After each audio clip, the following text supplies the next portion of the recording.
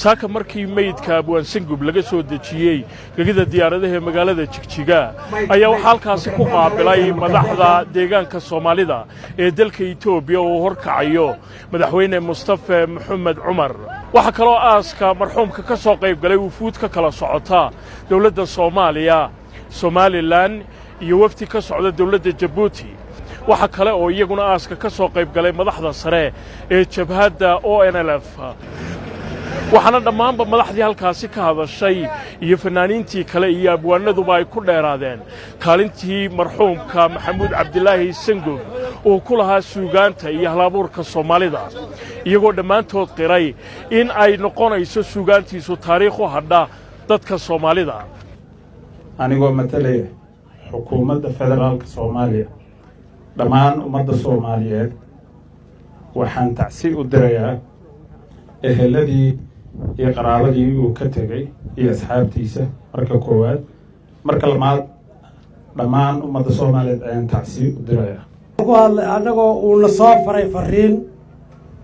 inaanu tacsi gaarsiino madaxweynaha jamhuuriyadda Soomaaliland mudane Muuse Biixi Cabdi inaanu fariin dowladda deegaanka Itoobiya aanu soo gaarsiino fariintaas oo ah tacsida haliyeyga gabyaaga siyaasiga filosofarka ummadda af Soomaaliga ku hadasho wax badan u qabtay anigoo ku hadlaya magaca wafdiga Jubbaland iyo dhammaan dowlad goboleedka Jubbaland waxaan halkan tacsi uga dirayaa dhammaan eheladii qaraabadii asxaabtii iyo inta ku hadasha luqadda Soomaaliga anoo uga tacsiyeynaya marxuumkii Maxamed Cabdulaahi Ciise Sangub jabhadda wadaniga xoreynta Ogaadeniya calankeeda iyo heesta la qaado hadda waxa weeye waa abwaan Sangub heesihiisii weeye ilaahay meel wanaagsan ha geeyo ilaahay nabiga ha la xidhiidhiyo ilaahay inagana hayna sabir iyo iimaan haynaga siiyo bashar waliba waa dhiman ballan weeye geeridu qofna baaqan maaye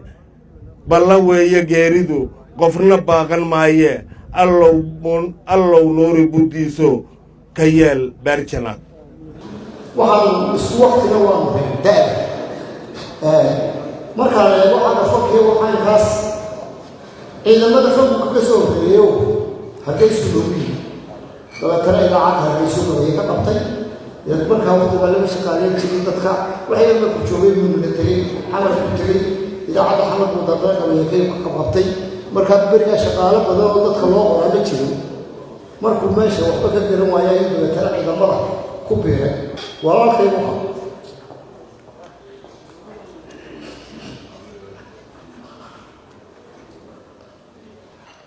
kadib raggii dhaantada tumi jiray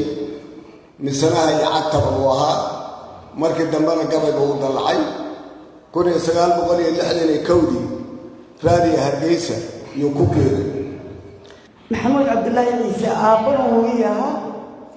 معلم بناها ولا بناها سوغان تيسا عن هينو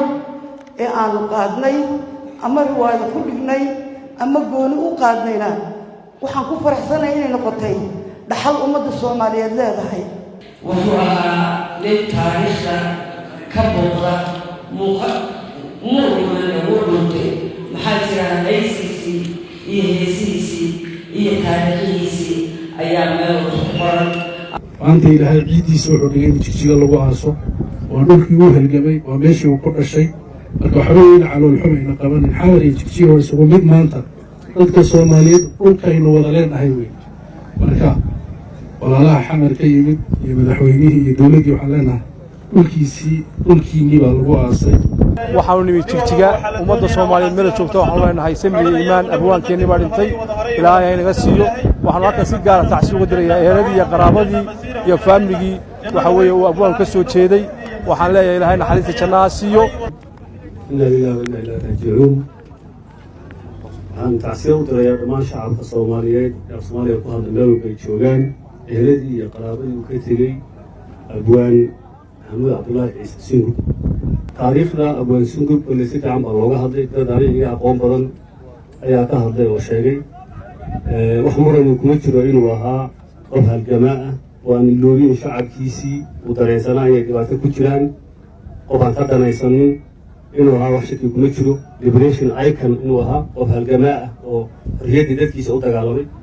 إنه ها قف بان أفريقانيستيا سودان فربان يتمان فربان وقاركينا إن دريسنا سامين تونيك نقول يعني قف مارت أبوين وهاشك كملتوا هذا يدو فرحسنا هاي إن كستا وأكسي فرحات بنانا هاي يسوع النور نوي ما تمانت وسيرا ما أنت حكم لو حصل يسوع النور وليه سقم مقلي لو حصل ديجان كوكتري هو هالجميع إن فصل وهلي منصب وهلي لو عاصو ديجان كيسي وكتري اللي تعرض من مرتبو مجني يضع تاسعين صوت جل هاتين سنة كم هذه لو عاصنا وسيابو كلا يرجعين لو كانوا ماشنا isagoo taariikhdiisa laga run sheegayo laguma askarinayay waa ta la yiraahdo xabaasho ma socoto ee qofka socda abwaankii weynaa ee Soomaaliyeed Maxamuud Cabdilaahi Sangub ilaahay ha u naxariisto waxa maanta lagu aasay magaalada Jigjiga ee deegaanka Soomaalida ee dalka Itoobiya oo abwaanku ku dhashay sanadku markuu ahaa 1943 intii waqtigaasi ka dambeysayna waxa uu soo maray meelo fara badan oo caalamka kumanaankii qof ee ka soo qayb galay